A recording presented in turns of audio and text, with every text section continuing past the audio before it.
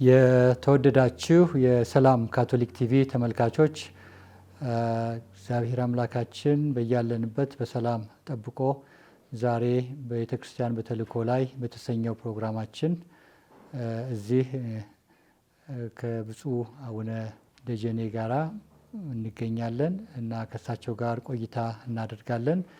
ብፁዕ አቡነ ደጀኔ የሶዶ ሀገረ ስብከት ጳጳስ ናቸው እና ስለ አገልግሎታቸው ስለ ቤተክርስቲያን ተልእኮ በዚህ አካባቢ ያጋሩናል እና አብራችሁን እንድትቆዩ እየጋበዝን ብፁዕ አባታችንን እናስተዋውቃለን። ብፁዕ አባታችን እንግዲህ ታናናሽ ወንድሞች የካፑቺን አባቶች አባል ኖት። እንደምናየው አለባበሶትም እንደ ጳጳስ የካፑቺን ወንድሞች የሚለብሱት ልብሰ ተክህኖ ወይም ደግሞ የማህበር የገዳም ልብስ ለብሰው ነው እዚህ የሚገኙት እና ጥሪያችንን አክብረው ጥያቄያችንን ተቀብለው በሰላም ካቶሊክ ቲቪ በዚህ ቤተክርስቲያን በተልእኮ ላይ በመቆሞም ለቤተክርስቲያን ያሉትን የአገልግሎት መስክ ላይ ያለውን ሊገልጹልን እዚህ ስለተገኙ እጅግ እናመሰግናለን እና ምናልባትም በእኔ በኩል በሰፊው የማስተዋወቅ ስራ ባልሰራም እርሶም ራስዎን እንዲያስተዋውቁ ጋብዞታለሁኝ።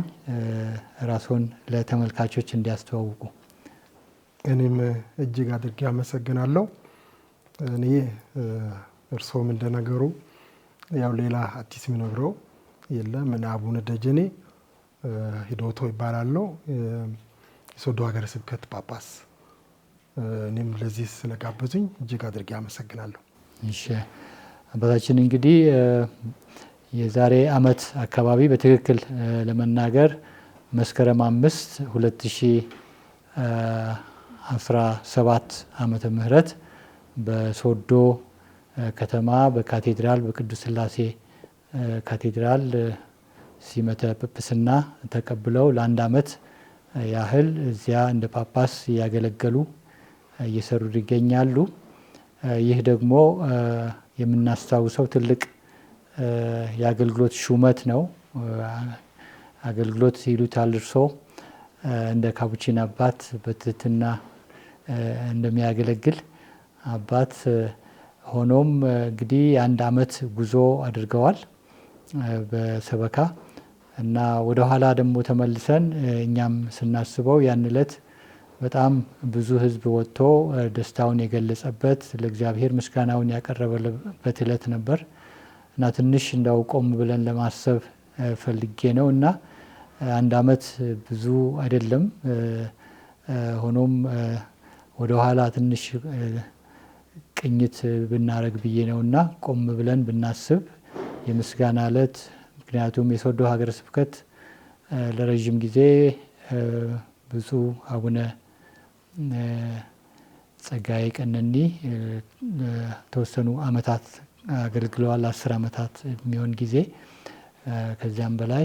ከዚያ በኋላ እንግዲህ እርስዎ መጥተው ይህንን አገልግሎት ሲረከቡ የነበረው ነገር በጣም በህዝቡ ዘንድ ደስታ የፈጠረ ነው። ከዛ አካባቢ የተወለዱ አካባቢውን በደንብ የሚያውቁ ባህሉን ቋንቋውን የሚረዳ እረኛ እግዚአብሔር ሰጥቶናል ብሎ ሰው በጣም ደስ ብሎት እንደነበረ እናስታውሳለን እና ያንን ትንሽ ደቂቃ ወስደን ተመለስ ብለን ብናስበው ብናስታውስ ለማስታወሻ ያህል ብዬ ነው።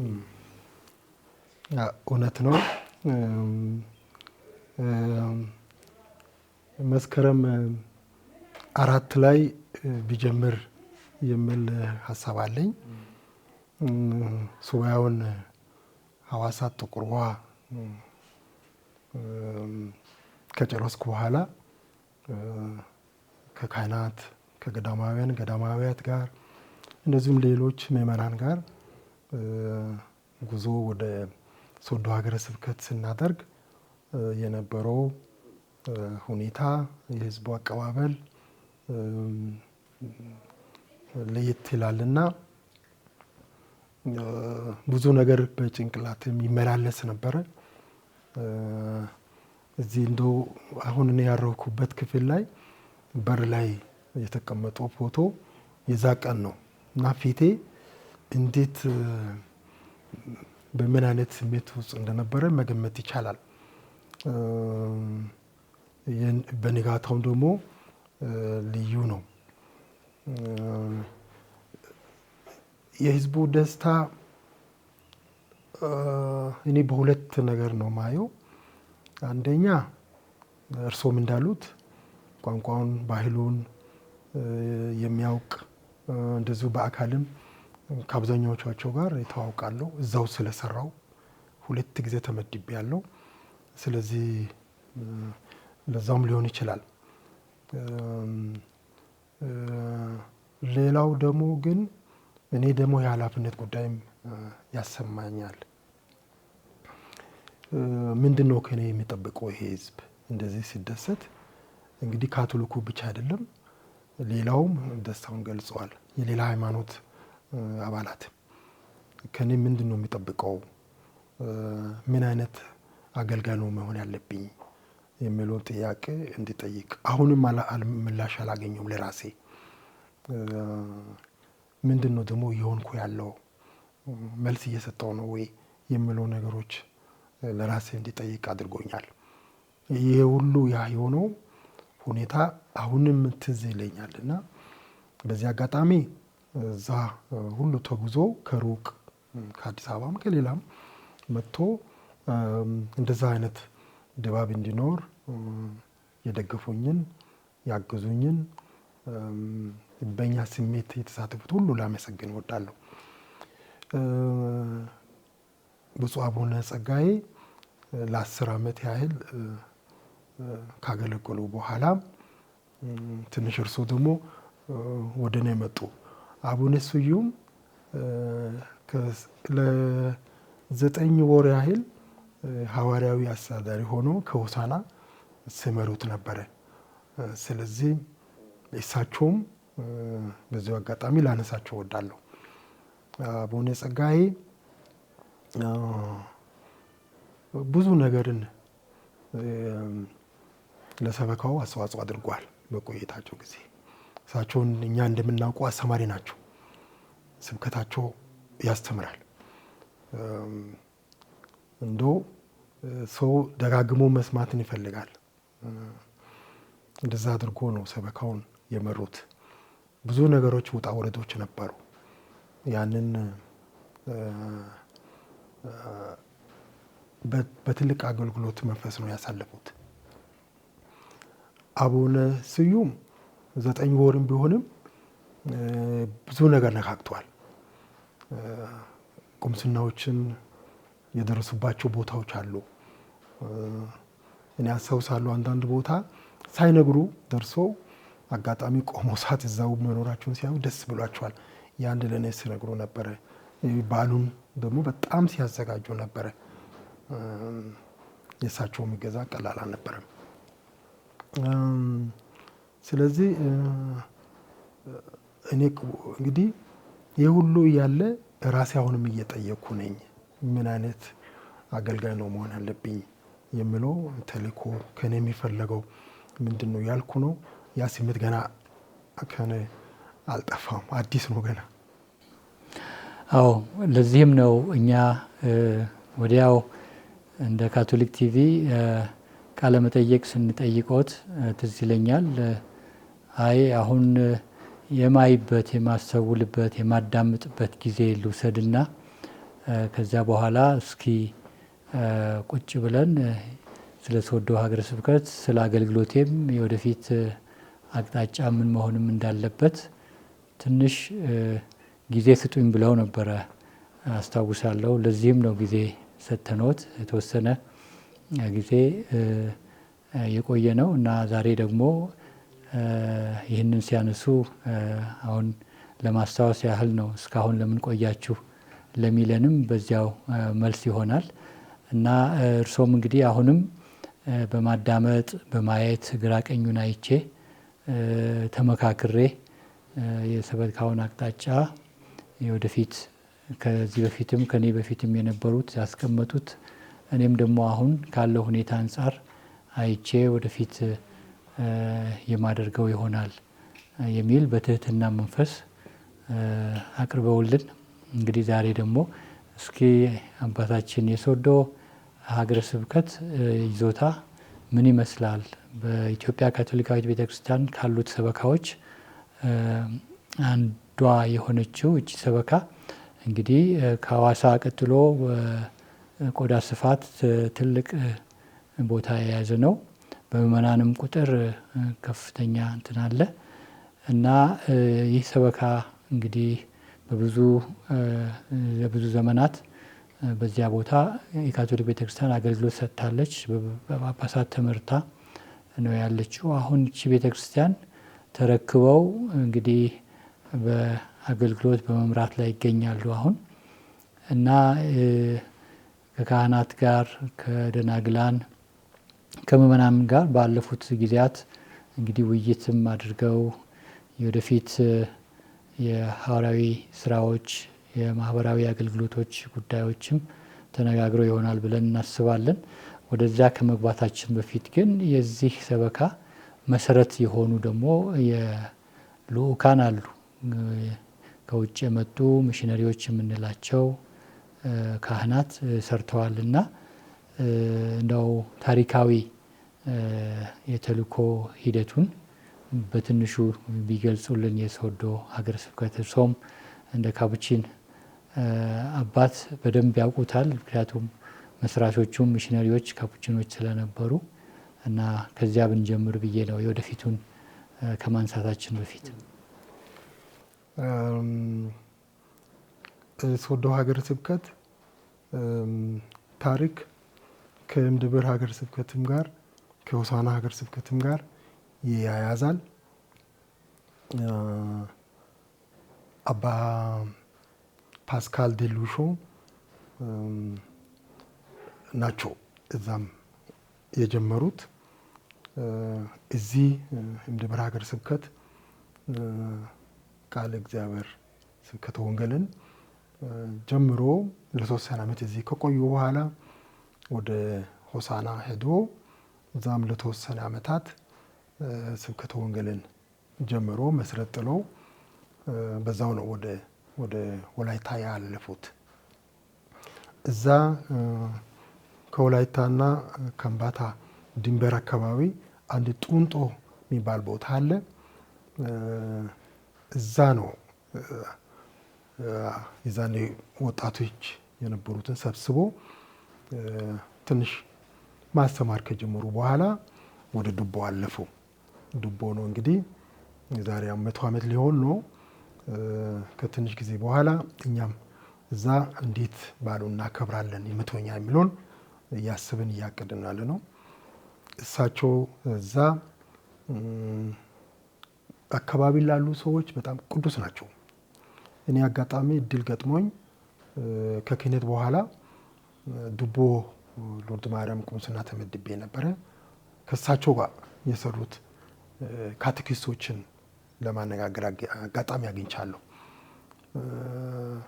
የእሳቸውን በቀን 3 መቁጠሪያ ይደግማሉ ይባላል።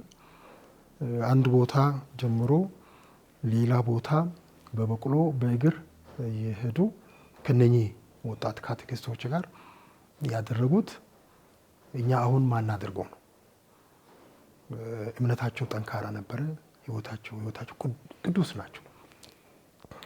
ካቴኪስቶችን አሰልጥኖ የአካባቢውን ቋንቋ ተምሮ የመጀመሪያ መዝገበ ቃላት በቋንቋው ጽፎ ያዩት አሉ። በቫቲካን በተመዛግብት ላይ ይገኛል ይላሉ። ያን በቋንቋ ተናግሮ ዱቦ ጀምሮ የሚገርም ነው። ወደ ላላ የሚባል ቦታ አለ፣ ሩቅ ነው በጣም። እዛም እንደዚህ ጀምሮ ሌላ ቦታ ደግሞ ሌላ ቁምስና አሁን የሆኑት ቦታ እንደዚህ ወደ ተወሰነ ዓመታት እዛ ቆይቶ ያሳዝናል። በጊዜው እንግዲህ ከሀገር ያለ ፍላጎታቸው እንዲወጡ ተደረገ። እኚህ ናቸውም ጅማሬው የሆኑት።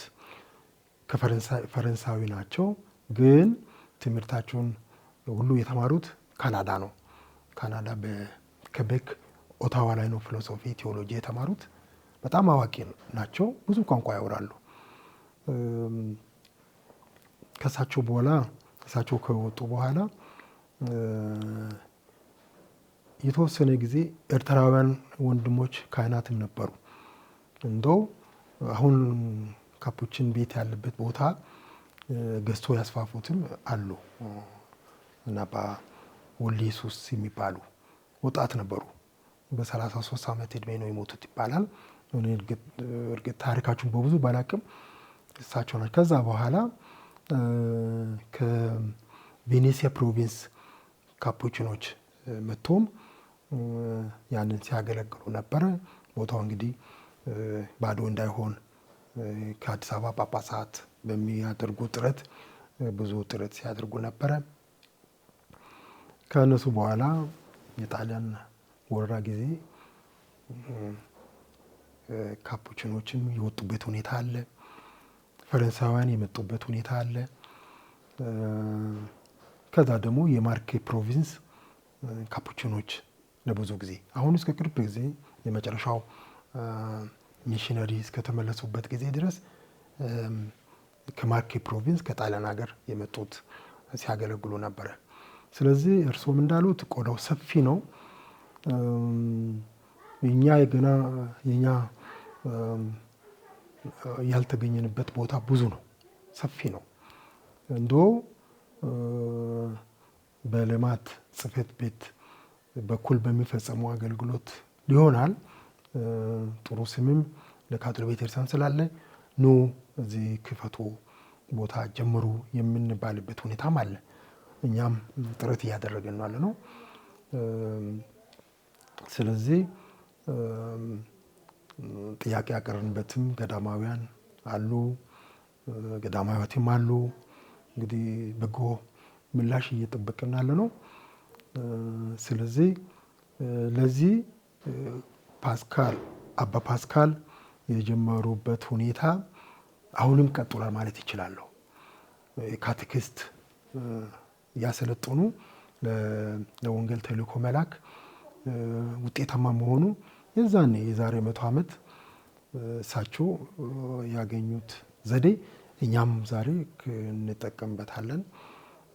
ያለ ካቴኪስቶች መድረስ አንችልም፣ ማገልገልም ይከብዳል። የካህናት ቁጥር የኛ ትንሽ ነው። የሰበካ ካህናት 24 ናቸው። የገዳማውያን ወደ 27 ናቸው። 51 ሆነን ነው። የገዳማዊያት ወደ 7 ገዳማዊያት ማህበራት አሉ፣ ወደ 47 የሚሆኑ። ስለዚህ በዚህ ሁሉ ትንሽ እየሞከርን ነው እንጂ የሚገባንን ማድረግ ያለብን እያደረግን ነው ማለት አልችልም። ግን ያው ካቴኪስቶችን እናመሰግናለን። ምዕመናን የሚያደርጉት ጥረትና የነሱ ትብብር ነው ትልቅ አስተዋጽኦ ያለው እያምናለሁ። አይ ትልቅ ነገር ነው በእውነት ታሪካዊ ሂደቱን ገልጸውልናል አባ ፓስካል። ከዛም በኋላ የመጡ ከጣሊያን ሀገር ወደዚህ ልኡካን ሆነው ያገለገሉ ካህናት፣ ደናግል አንስተውልናል እና አሁን ደግሞ የነሱ ፍሬ ቀስ በቀስ እንግዲህ የሰበካ ካህናትም እንደ ሰበካም ራሱን ችሎ ከሶዶ ሆሳና ይባል ነበር። ከዛ በኋላ የራሱ ሰበካ ሆኖ ከተቋቋመበት ጊዜ ጀምሮ እንግዲህ የሰበካ ካህናትም በዚያ ያገለግላሉ። ያው ከዛም በፊት ያው ሰበካ ካህናት ስያሜው ሁለቱም ሆሳና ሶዶ ሆሳና ይባል እንጂ ያው እዛ ይሰሩ ነበር። አሁን እንግዲህ ይሄ የነበረው የተልእኮ ትልቁ እንግዲህ ከአባ ፓስካል ጊዜ ጀምሮ የስብከተ ወንጌል አገልግሎት አንዳንዴም ወላይታ ይባላል፣ በሌላ በኩል ሶዶ ደግሞ ዋና መቀመጫ ነው አሁን የመንበረ ጵጵስናው እና አገልግሎቱ ያው ከሰበካ ካህናት ጋር አሁን የወደፊቱን እቅድ ከሌሎች ማህበር ካህናትም ከገዳማውያን ጋር ከምእመናን ጋር ካቴኪስቶች ጋር አብረው ነው የሚሰሩት እና ይሄ ለሰበካው ትልቅ እድል ነው። በተለይ ደግሞ እነዚህ 24ም ቢሆኑ የሰበካ ካህናት ከነሱ ጋር አብሮ በደንብ የተልእኮ ስራ ለመስራት ጀምራችኋል። የ1 ዓመት ጊዜ ጉዞ አድርጋችኋል እና አሁን ተነሳሽነቱ ወደፊት ያሉት እቅዶችም በጨረፍታ እያነሱልን ነበር። ብዙ ስፋት ያለው የስብከተ ወንጌል አገልግሎት የሚሰራበት ቦታ ነው ያለው እና ቤተክርስቲያን በሰፊው ያለችባቸው አካባቢዎች አሉ። አልፎ አልፎ ደግሞ ገና መድረስ ያለባት ቦታዎች አሉ እና ምናልባት ይህንን እይታ ቢሰጡን ለአድማጭ ተመልካቾች የሶዶ ሀገረ ስብከት እንግዲህ የተለያዩ አካባቢዎች አሉ በስብከተ ወንጌል አሁንም እየተገለገሉ ያሉ ወደፊት ደግሞ መድረስ የምትሿቸው ቦታዎችም አሉና ትንሽ እይታ ቢሰጡን ከሰበካ ካህናት ጋር አብራችሁ እያቀዳችሁ ያለውንም ስራ ጨምሮ።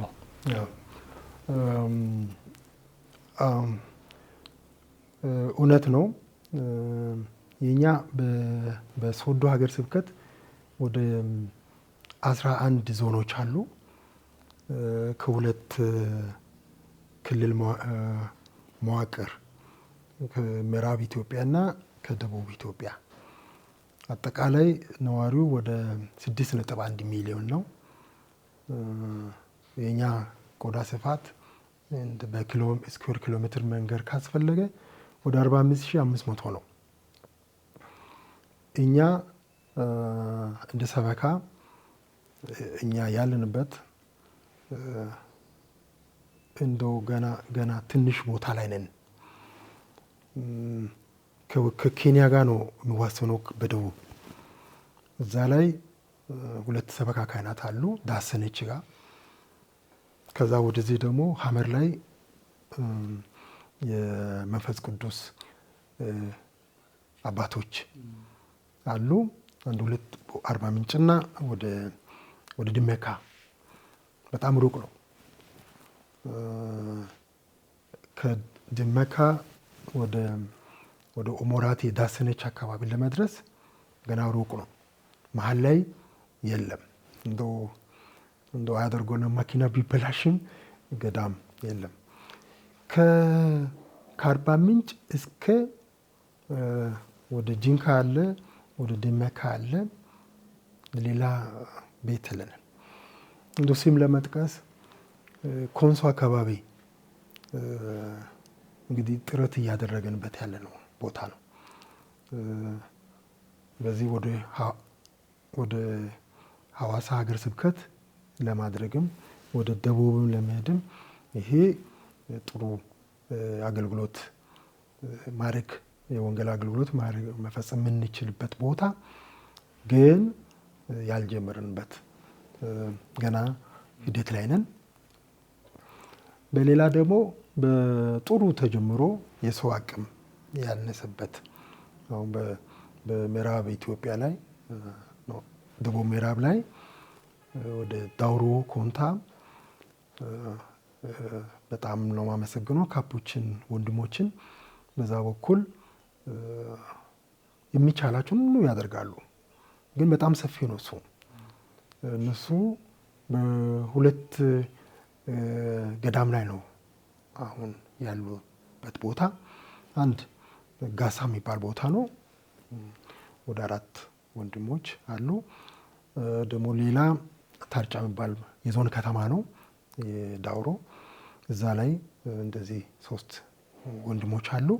ከዛ ሆኖ እንግዲህ የሚያገለግሉበት ቦታ በጣም ሰፊ ነው። የሰበካ ካህንም የሚኖሩበት ሌላ ቁምስና አለ በዛም። ስለዚህ የቆዳ ስፋት በጣም ሰፊ ነው። የወንድሞች ቁጥር የሰበካ ካህንም አንድ ነው ያሉ በጣም ትንሽ ነው። ስለዚህ በትልቅ ወንዝ ላይ ትንሽ ጨው እንደማፍሰስ ነው። ስለዚህ በእግዚአብሔር ላይ እምነት አለን። ይህም ጥሪ ቁጥርም እየጨመረ ገዳማውያንም ሌሎች ደግሞ ምናልባት እነኚህ ጥያቄ እያቀረብንላቸው ያልናቸው ጥሩ ምላሽ ከመጣ እንደዚህ ቦታ በጣም ሰፊ ነው። እንግዲህ እግዚአብሔር ፈቃድ ከሆነ የምናቅደው ወደፊት ይሄ ሰበካ በተለያየ መልክ አገልግሎቱን የሚሰጥበት በሰው ኃይልም በመንፈሳዊ በኩልም እንግዲህ እንቶስ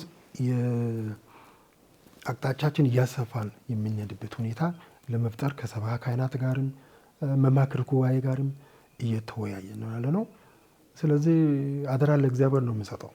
እኛ ከምናስበው በላይ እግዚአብሔር እቅዳችን ምኞታችን ይሁን ካለ ነው መሆን የሚችለውና ይሄ እንዳለ ሆኖ ደግሞ አሁን ያለውን ራሱ አጠናክረን ለመያዝም ተግዳሮቶች ሞልተዋል። የመንገድ ከአንድ ቁምስና ካለበት ሌላው አንድ ጸሎት ቤት የመጨረሻው ልበልና ያለው ከ20 እስከ 30 አለ።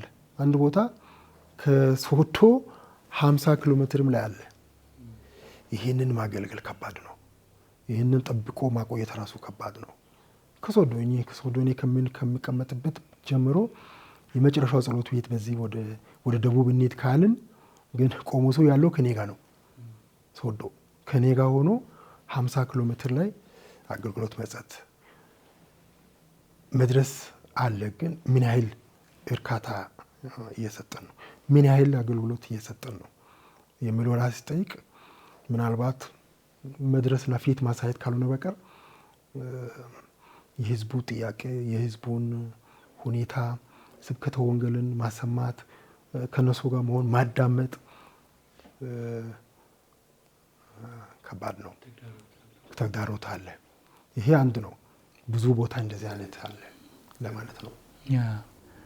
እንግዲህ በሁለት ነገሮች ላይ ነው አሁን ያነሱልኝን እንደው ለማስቀመጥ እንግዲህ የማጠናከር ስራ ያሉት አለ እና የማስፋፋት ስራ መሰራት አለበት። እነዚህ ሁለቱንም አጣምረን ጎን ለጎን እያስኬድን ነው እያሉኝ ነውና እና ያው የማጠናከር ስራ ለመስራት ባለው እንግዲህ እዛ ያሉትንም ካህናት አሁንም ገዳማውያንም እህቶችም ወንድሞችም ምእመናንም ካቴኪስቶችም የበለጠ በማስታጠቅ የበለጠ እነሱም ተነቃቅተው እንዲሰሩ በማድረግ እየሰራን ነው።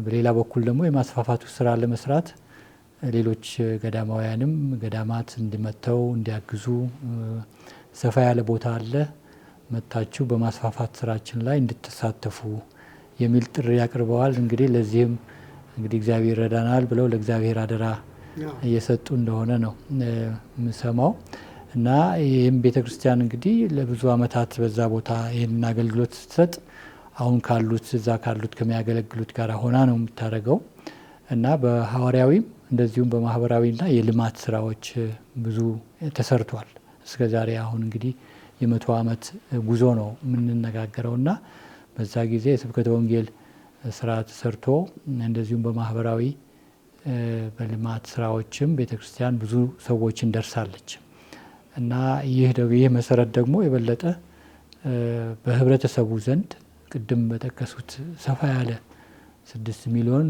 ቀላል ህዝብ አይደለም እና ቤተክርስቲያን በዛ ውስጥ ሆና እንደ ጨው ጣፍጣ ለብዙዎች መልካም አመለካከት ለቤተክርስቲያን አላቸው። በጨለማ ውስጥ እንደ በራ ሻማ ሆና ነው እንግዲህ የምታገለግል ያለችውና ይህ ደግሞ እንዲቀጥል የሚል ነው የእርስዎ ምኞትና እንደው በሐዋርያዊ ስራ ላይ በየአመቱ በየጊዜው እንግዲህ በምናይበት ጊዜ በየአመታቱ የመጀመሪያ አባቶች ከነበሩበት የሐዋርያዊ አውድ አሁን ደግሞ ይለያል። ሐዋርያዊ አውዱ በጣም ብዙ አይነት ድምጽ የሚሰማበት ሁኔታ ነው ያለው። እንግዲህ በሶሻል ሚዲያውም በሌላም ሚዲያ ላይ በተለያየ መስኩ እንግዲህ ብዙ የተለያዩ ድምጾች አሉ ከእምነትም አንጻር ማለት ነው። እና ያንንም ባገናዘበ መልኩ ነው የሚሰራው። ብዙ ጊዜ እንግዲህ እንደ ቤተ ክርስቲያን ስንሰራ ከሌሎች አብያተ ክርስቲያናትም ጋር በሰላማዊ መንገድ አብረን የክርስቶስን ወንጌል ለመስበክ ማህበረሰቡን ለማገልገል የሚል መርህ ነው ያላት የካቶሊክ ቤተ ክርስቲያን። እና አሁንም እንግዲህ ተግዳሮቱ ትልቅ ነው ሲሉ ይህም አለ፣ አውዱም ተቀይሯል። ስብከተ ወንጌል የምናደርግበት አውድ ድሮ ከነበረው ማህበረሰቡ ውስጥ ያለው ነገር ተቀይሯል። እዚህ የሶዶ ሀገረ ስብከት ብቻ ሳይሆን በሀገር ደረጃም በአህጉር በዓለም ደረጃም እንደዛ ነው። በጣም ውድድር የበዛበት ጊዜ ላይ ነው፣ በመንፈሳዊ አገልግሎትም ውስጥ ቢሆን ማለት ነው። እና ወጣቶቻችንም እንደዚሁ በዚሁ አውድ ውስጥ ስላሉ የመሳሳብ ነገር ይኖራል። እና እንግዲህ ትልቅ ተግዳሮት ነው ይህም። እና በዚህ ላይም እንግዲህ አንዳንድ ጅማሮዎች አሉ። ባለፉት ጊዜያት የሰራቸዋቸው ወጣቶቻችን የበለጠ ምእመናኖቻችን ስለ ሃይማኖታቸው ይወቁ በሚል ማለት ትምህርት ለማስተማር የበለጠ ለማድረግ ያው ጥረት የተደረገ ነው። እና ይህም ትንሽ እይታ ቢሰጡን በዚህ በልማት ስራውም ደግሞ ቤተክርስቲያን የባላት እንትን ሁሉም ጋር ትደርሳለች፣ ካቶሊክ ለሆነውም ላልሆነውም። በዚያም ላይ እየተሰራ ያለው ስራ ትንሽ እንዲገልጹልን ብዬ ነው።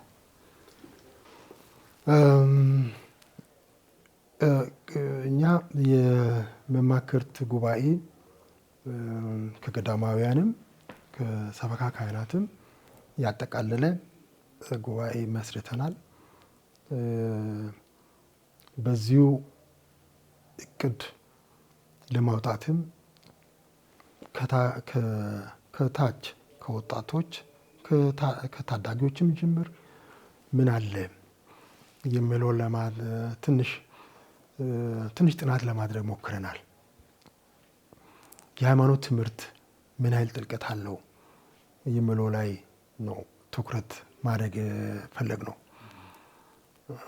እና ከዛም የተነሳ ታዳጊ ወጣቶችን እንደ ጥያቄ ነገር እንዶ ዝም ብሎ ከየቁምስናው የተሰበሰቡትን ጥያቄ መሰረታዊ የሆኑ ጥያቄዎችን የሃይማኖት ትምህርት በተመለከተ ጥያቄ አዘጋጅተን ጀመርን። ይሄ ዲነሪ እንደ አጥቢያ እንበለው እንደ ዞን እንበለው እንግዲህ ወደ 8 ዲነሪ ተከፋፈለ ነው ሰበካው። በዛው ጥያቄዎችን በሐዋርያዊ ስራ መምሪያ ቢሮ በኩል በካህኑ በኩል ከወጣት መሪ ካህን ጋር ሆነን ይህንን አሰራጨን። ጥያቄውን ሄዶ ጥያቄ እንዲጠይቁ አደረግን። ከዛ የሃይማኖት ትምህርት ምን ያህል ጥልቀት አለው የለውም የሚለውን በትንሹ አይተናል። ከዛ ተነስተን እቅድ የሚሆን ነገርም እንዴት የካቴኪስ ስልጠና እንዴት እናድርግ፣ ዘላቂ ስልጠናው እንዴት እናድርግ፣ ትምህርታችንም ደግሞ የሃይማኖት ትምህርት በየጸሎት ቤቱ መሆን ያለበት በምን መልክ ነው ይህን ሳናጠናክር ሌላው ላይ ከሆነ የሚለውን ለሞከርን። ስለዚህ እቅድም አሁን በትንሹ ወደ ተግባር ለመለወጥ የተዘጋጁ እቅዶች አሉ። በየዲነሪ ወጣት በአመት 2 የሚገናኝበት ከየቁምስናው ከየራሱ ላይ ቁምስና ብቻ እንዳይቀር በዲነሪ በተለይ ትምህርት ቤት ሲዘጋ የሚገናኙበትና ከአመቱ ደግሞ መጨረሻ ላይ እንደዚሁ በየቁምስናው በዲነሪና በሰበካ ደረጃም ተገናኝቶ የሚማሩበት ትምህርቱን የሚያገኙበት የሚለውን ስርዓተ አምልኳችን ደግሞ እንዴት ነው? ስርዓተ አምልኳችን ሰው ምን ያህል ይረዳዋል? የክርስቶስ ሥጋ ደግሞ የሚለወጥበት ቦታ ላይ ትኩረታችን ምን ያህል ነው? የህዝብ ይህንን ለማየት ሞክረናል። በዚህም ላይ እንደዚሁ መዝሙሮቻችንስ የኛ መዝሙሮች እንዴት ናቸው? ሲደረስ እንደው ማንም እንደው ዝም ብለን ለማሳተም ወይንም በሶሻል ሚዲያ ከመለቀቁ በፊት የሚታይበት የሚለውን ለማየት አይተን እንግዲህ እቅድ አውጥተናል።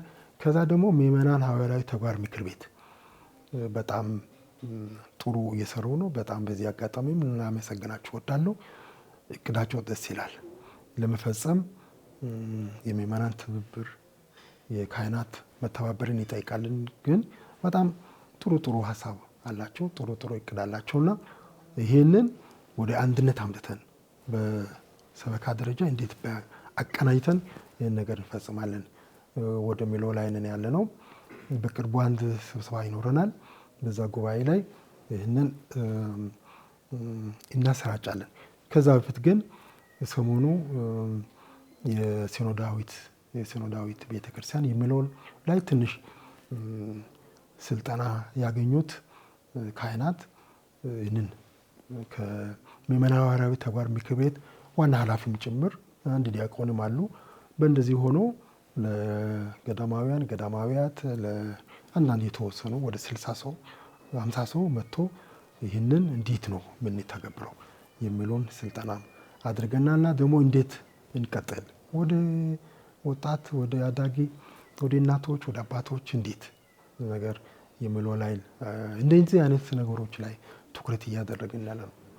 ይሄ የማህበራዊ አገልግሎት በተመለከተ ያው እኛ በዛ ላይ ምንም አንታማም በሐዋርያዊ ስራ ካልሆነ በቀር 3 ዋና ቢሮአችን ሶዶ ሆኖ ሌላ ደግሞ ቅርንጫፍ ጽሕፈት ቤቶች አሉን። ወደ ኬንያ አካባቢ እዛ የምንዋሰንበት አካባቢ አንድ ቢሮ አለን። በጂንካም እንደዚሁ ሌላ ቢሮ አለን። በዚህ ሆነን እንግዲህ ህዝብን ሳንለይ የሚቻለንን አገልግሎት እየሰጠን ያለ ነው። በዚህ ደግሞ ጥሩ እይታ ነው የፈጠረው በህዝብ ፊትም። እኛም ደግሞ በምንችለው ሁሉ ቦታ ለመድረስ እየሞከርን ያለ ነው። ገና በዛም ያልደረስንበት አለ፣ ግን ትልቅ ጥረት እየተደረገናለው። እንግዲህ ትልቅ አገልግሎት ነው እና ያው የቤተክርስቲያን አገልግሎት ስንነጋገር በሁል ጊዜ እርሶም የጠቀሱት ነበር የወጣቶች ላይ የማተኮሩ ነገር በኢትዮጵያ ግድ ይላል። በኢትዮጵያም በአጠቃላይ ስናየው ከ70% በላይ ወጣት ነው ማህበረሰባችን እና ወጣቶችን ደግሞ የበለጠ በህንጸታቸውም በአገልግሎታቸውም እንዲጠነክሩ ግድ ይላል። በዚህ ጊዜ እነሱ ናቸው ዛሬ ቤተክርስቲያንን ይዘው የነገውንም ቤተክርስቲያን የሚገነቡትና ከዚያ አንጻርም ቅድም ያነሱት አለ የመሪ ካህን አላቸው። በዛ አማካይነት ደግሞ ልዩ የሆነ የወጣቶች አገልግሎትም ይሰጣል። ወጣቶች ራሳቸው እያስተባበሩ ይመስለኛል። በዛም ላይ ያለው ነገር እይታ ቢሰጡና የወጣት አጠቃላይ በሰበካ ደረጃ የወጣት መሪ ከወጣቶች አለ። የነሱ ደግሞ የነሱ መማክርት ጉባኤም አለ። እነሱ ከወጣት መሪ ካህን ሆኖ ነው እቅድ የሚያወጡት። ስለዚህ እነሱ ደግሞ ያው እንደምናውቀው ወጣት ፈጣን ነው፣ ቶሎ ይቀበላል፣ ቶሎ ይፈጽማል። እኛንን አንዳንድ የምንሰንፈው። ስለዚህ ያንን ፍላጎት ለማሟላት ከኛ በኩል ጥረት እናደርጋለን። ይሄ ስል ደግሞ ወጣቶች ሁሉን ነገር በእምነት ይቀበላሉ። አሁን ደግሞ ያው ርዕሰ ሊቃነ ጳጳሳት ሌዮም የሚሉት ነው። ይሄ አርቲፊሻል ኢንቴሊጀንስ አለ፣ ሶሻል ሚዲያም ላይ ብዙ ነገር አለ። ይሄ እንደው ሰሞኑ ያሉት ወጣት ራሱን እያሳደገ ለውሳኔም ኃላፊነት የሚወስድበት መንገድ ያሉት ነገር እዚህ ሰሞኑ ባደረጉት ሐዋርያዊ ጉብኝት ጉዞ ወደ ቱርኪየ ወደ ሌባኖን በሄዱበት ከዛ ማግስት የተናገሩት እየተከታተልኩ ነበርና እኛስ አልኩኝ፣ እኛስ እንዴት ነን? ምን ያህል ተዘጋጅተናል? ከወንጌል ስብከተ ወንጌል ጎን ለጎን ላይ ስለዚህ ስልጠና ራሱ ለመስጠት እንዴት ምን ያህል ተዘጋጅተናል? መከልከል አንችልም፣ አታድርግ ማለት አንችልም።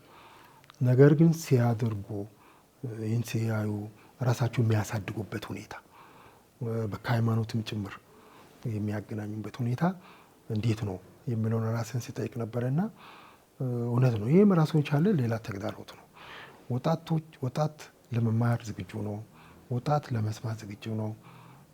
በእኛ በኩልስ እኛስ የሚለውን እያየው ነበረና እርሱም እንግዲህ ስላነሱ በጣም ደስ ይላል። እውነት ነው። እንግዲህ ያው የጋራ ነው።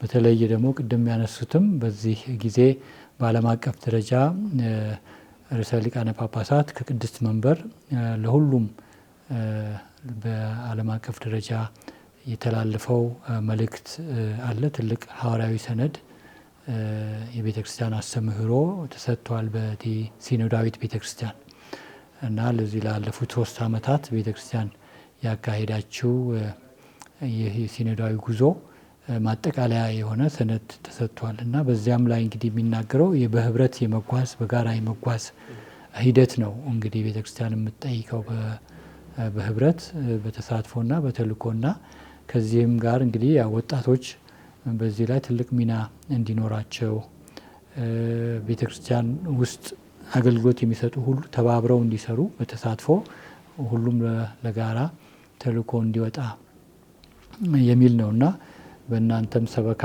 አሁን ቅድም እንዳሉት እዚህም በጠቅላይ ጽሕፈት ቤት በኩል በተዘጋጀው ሴሚናር ከሶዶ ሀገረ ስብከትም ተወክለው የመጡ ነበሩ በሞጆ በነበረው ጉባኤ ላይ እና አሁንም እዚህ በእምድብር እየተካሄደ ባለው የሲኖዳዊት ቤተ ክርስቲያን ጉዞ ከጳጳሳት ጋር እነዚሁ የተወከሉ ከየሰበካው የመጡ በዚህ ላይ ይመክራሉ እና ይህንንም በተመለከተ እንግዲህ በዚሁ አያይዘን ስናነሳ እንግዲህ ቤተ ክርስቲያን ለወደፊት እንግዲህ ብዙ እቅዶች ይዛ በተለያዩ ሰበካዎች በተቋማት በቁምስናዎች አማካይነት እንግዲህ ብዙ የመዋቅራዊም ሆነ እንደዚሁም ደግሞ መንፈሳዊ ተሃድሶ እንዲኖራት ለጊዜው ወቅቱን ያማከለ ስብከተ ወንጌል ስራ እንድትሰራ የሚል ጥሪ እየተደረገ ነውና ያንንም ጥሪ በየሰበካው በዚህ መልኩ ተግባራዊ የሆነ መሆኑ መስማት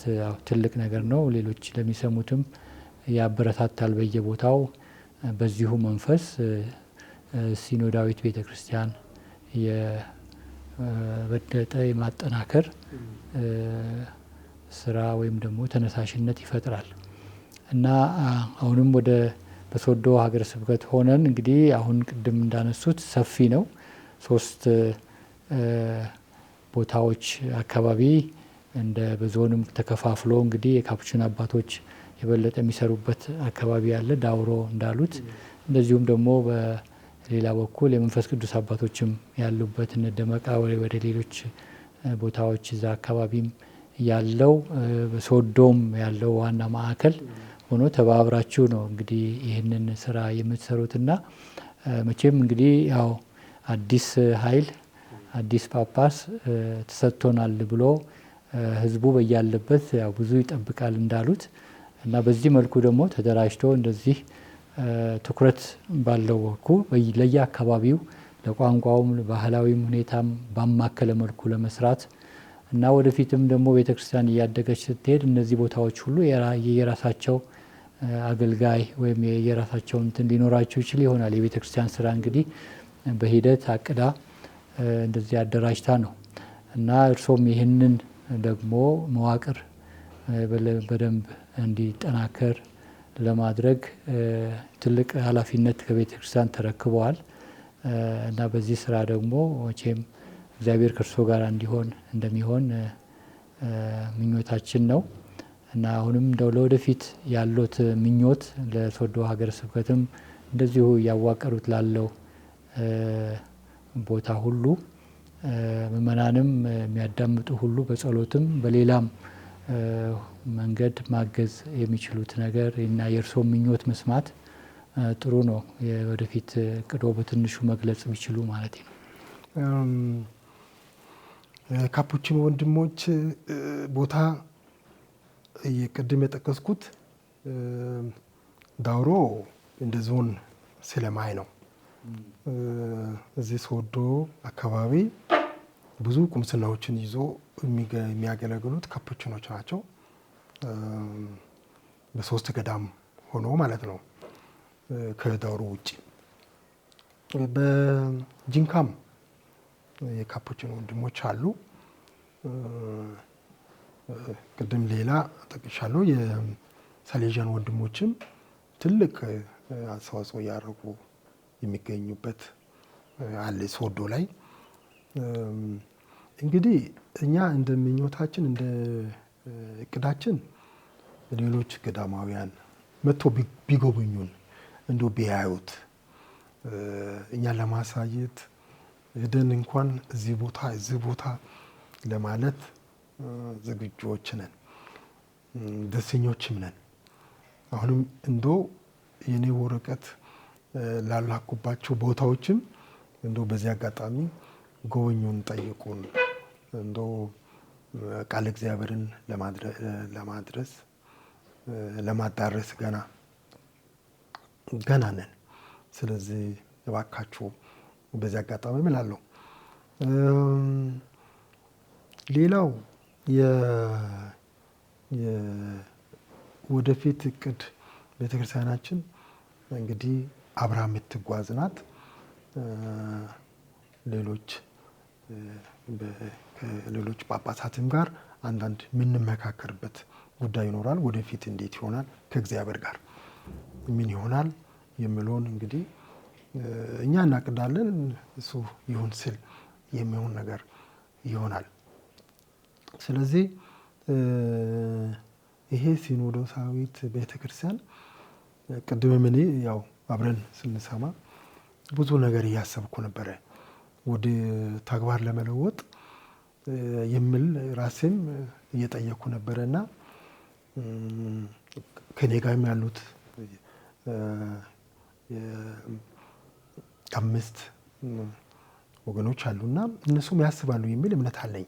እንዴት ይሄ ነገር እንለማመዳለን የሚለውን ሰው ደግሞ እንዴት ግንዛቤው ራሱ እንዲጨብጥ ምን ማድረግ አለብን የሚለውን ራስን እየጠየኩ ነው ያለሁት፣ እጠይቃለሁ። የሚያበረታታም ነገርም አለ። ኦልሬዲ መዋቅሩ አለ። ያንን መዋቅር ደግሞ እንዴት ሁሉን እንዴት ማሳተፍ እንችላለን፣ መየቱ ነው መነካካት ያለበት የሚለውን ማብላላት አለብን። ይህንን ሰነዱን የምንቀበልበት የሚለው ትንሽ እንደው አጽናናኝ ከመድረክ ላይ ሲሰማ ማለት ነው። እንዴት ነው በጣም ዘገየን የሚልም ውስጥ ገባው። ግን ሰነዱን የምናብላላበት የምንቀበልበት የሚለው ነገር ከመድረክ ላይ ሲነሳ ትንሽ ኃይል ሆነኝ እንጂ በጣም ለቤተ ክርስቲያን ትልቅ ነገር ነው የሚል እምነት አለኝ። ለምን አብሮ መጓዝ ማለት ማዳመጥ ማለት ዝም ብሎ መስማት ብቻ ሳይሆን ማዳመጥ፣ ሌላውን ከሌላው የሚመጣውንም እንዴት ማጣጣም ይቻላል የሚለው ነገር ትልቅ ነገር ነውና ለዚህ ሁሉ ለምናቅደው ኃይል ይሆነናል የሚል እምነት አለኝ። አይ ጥሩ ነው። እግዚአብሔር ይመስገን። እንዳሉት በሱ እጅ ነው ይህንንም ሰነድ በዚህ በኢትዮጵያ ሲኖዳዊት ቤተክርስቲያን ጉዞም የበለጠ ፍሬ እንዲያፈራ በሚቀጥሉት ደግሞ ዓመታት ያው እንደታቀደው በተለያዩ አደረጃጀቶች ተግባራዊ የሚሆኑበት ስልቶች እንደሚቀየሱ ነውና ይህም እንግዲህ ያው የጳጳሳት አመራር ይኖራል፣ ይሰጥበታል። ትልቅ ሰነድ ነው። ጊዜውም እንግዲህ የሚጠይቀው ነገር ነውና እግዚአብሔር ይመስገን እንግዲህ ለዚህ ሁሉ እና በእውነቱ ብዙ ስለ ሶዶ ሀገረ ስብከት መናገር ይቻላል። ግን ወደፊትም እንግዲህ በሌላ ሁኔታ ስለ አገልግሎታችሁ ስለ ሁሉም ስራችሁ የበለጠ እይታ መስጠት ይቻል ይሆናል። ለዛሬው ግን እንግዲህ ያው እርስዎ በአገልግሎት ከተሾሙበት ጊዜ ጀምሮ እንግዲህ የጠበቅነው የነበረው ቆይታ ዛሬ በዚህ ሁኔታ ፈጽመናል። ከጵጵስናም በፊት በዚህ በካፑቺን አባቶች ካፑቺን ልብስ ነበረ የምናውቀው። አሁንም በዚያ ነው ያሉት እና ስለዚህ የሚሉት ነገር አለ? ይሄ እንግዲህ ላለፉት እንግዲህ ከተመካሪ ሆኜ እዚህ መገናሴ ነው ይህንን ልብስ መለማመድ ጀመርኩት። እንግዲህ ይሄ ማለት 30 ዓመት አካባቢ ነው። አዎ እንግዲህ 30 31 ዓመት 32 ሊሆን ይችላል። አዎ ስለዚህ ይሄንን ለምጃለሁ። ሲለበስም ቀላል ነው።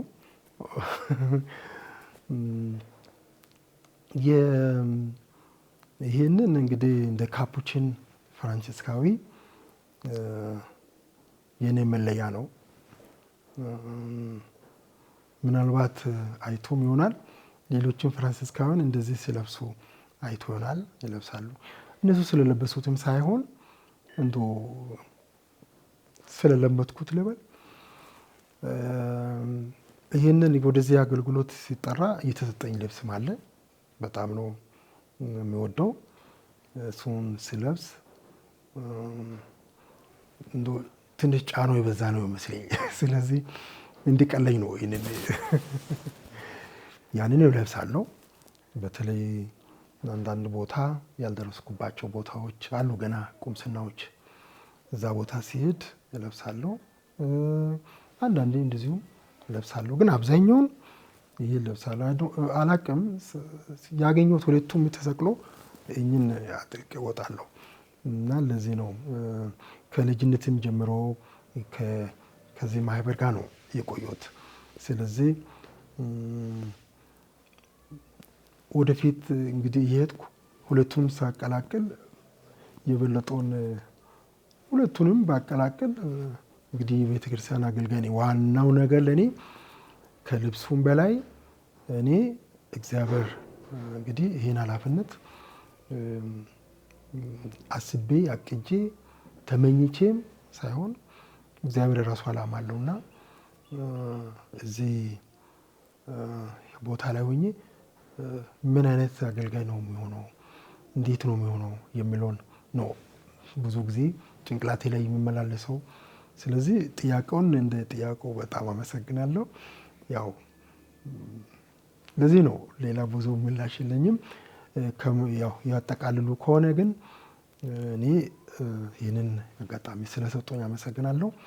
አንድ አመት ሁሉ እንዳይ እኔ አንድ ካህን ጋር ጣሊያናዊ ጋር ኖሬያለሁ። የመጀመሪያ ምድብ ከተመደብኩ በኋላ እሳቸው አርፏል፣ ነፍሳቸውን እግዚአብሔር ይማር። የመጀመሪያ አመት ቆሞስ ሆኜ የሚታይ ዝም ብለህ የሚታይበት ጊዜ ነው።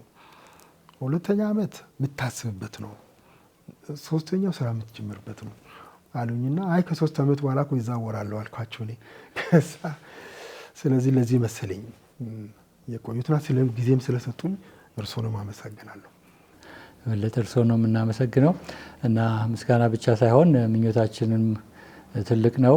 በተለይ ቤተክርስቲያን የሰጠችሁት አገልግሎት ባሉበት በሶዶ ሀገረ ስብከት የተባረከ ጊዜ እንዲሆን ከምእመናን ከደናግላን እንደዚሁም ከካህናት ጋር በጋራ የሚሰሩት እንግዲህ የቤተክርስቲያን ተልእኮ በዛ ቦታ የተባረከ እንዲሆን ምኞታችን እንገልጻለን እና ከእርሶም ጋር እንደ ሰላም ካቶሊክ ቲቪ ብዙ ጊዜ ከሶዶ ሀገረ ስብከት ጋር ከመጀመሪያው ጀምሮ በደስታ አገልግሎት እየሰጠ የሚገኝ ቴሌቪዥን ጣቢያ ነው፣ የጋራችን የሆነ እና አሁንም ወደፊት በሚሰሩት ስራ ከእርሶ ጋር መሆኑን ይህ የሰላም ካቶሊክ ቲቪ ምኞታችንም እየገለጽን አብረንም ከእርሶ ጋር እንደምንሰራ ለመግለጽ እንወዳለን እና ጊዜ መውሰድ በዚህ ሁኔታ ቆይታ እንድናደርግ ፈቃደኛ ሆነው ስለመጡ በድጋሚ እናመሰግኖታለን እና መልካም የአገልግሎት ዘመን ይሁንልዎት። እግዚአብሔር ይስጥልኝ። እኔም እንግዲህ ሰላም ካቶሊክ ቲቪ እኛ አካባቢ በጣም ይደመጣል፣ ይታያል። ወጣቶች ስለዚህ ሲናገሩ ነው የሚሰማው። ስለዚህ ስለምታደርጉት አገልግሎት እኔም በሰበካው ስም እጅግ አድርጌ ላመሰግን እወዳለሁ። እግዚአብሔር ኃይል ይሆናችሁ፣ የበለጠውን ለማገልገል እንዲረዳችሁ እኛም በጸሎታችን እናግዛለን። እግዚአብሔር ይስጥልኝ። የተወደዳችሁ የሰላም ካቶሊክ ቲቪ ተመልካቾቻችን ከብፁዕ አቡነ ደጀኔ ጋር የነበረን ቆይታ በዚህ ያጠናቀናል። እግዚአብሔር አምላክ በያለንበት የምንሰጠውን አገልግሎት ባርኮ ቤተክርስቲያናችንን ተልእኮዋ እንዲሰፋ እንዲጠናከር ያድርግልን እና መልካሙን ሁሉ እንመኛለን። ተልእኮዬ ምሕረትን ማወጅ